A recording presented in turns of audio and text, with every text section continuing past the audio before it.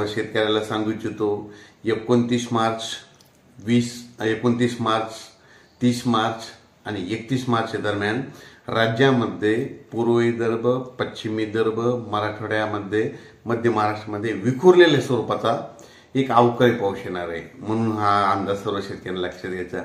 सर्वदूर पडणार नाही, फक्त विखुरलेल्या स्वरूपात जिल्ह्यातल्या कुठेतरी 5-6 ठिकाणी जिल्ह्यात पडू शकतो। म्हणून हा अंदाज विदर्भ, मराठवाड्यातल्या शेतकऱ्यांनी हा अंदाज लक्षात घ्यायचा।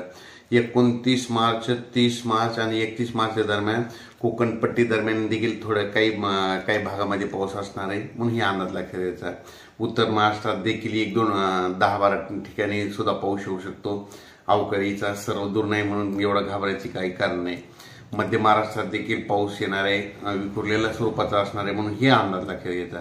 त्याच्यानंतर मराठवाड्यातल्या शेतकऱ्यांनी देखील लक्षात घ्यायचं की परभणी जिल्हा झालं, बीड जिल्हा झालं, उस्मानाबाद, तसेच नंतर लातूर जिल्ह्यामध्ये सर्वदूर पडणार नाही, जिल्ह्यात एखाद्या 10-12 ठिकाणी पाऊस पडेल, म्हणून हा अंदाज लक्षात घ्यायचा। त्याच्यानंतर पूर्व विदर्भात आणि पश्चिम विदर्भात थोडं पावसाचं प्रमाण जास्त राहणार आहे, म्हणून खास करून पूर्व विदर्भातल्या शेतकऱ्यांनी ज्यांचा कांदा काढणी चालेल त्यांनी थोडी काळजी घ्यायची, कारण की पूर्व विदर्भ आणि पश्चिम विदर्भामधल्या जिल्ह्यामध्ये थोडं जास्त प्रमाणात पावसाचं अवकाळी पाऊस असणार आहे, म्हणून हा अंदाज लक्षात घ्यायचा। पण राज्यात हा सर्वदूर पाऊस पडणारच नाही।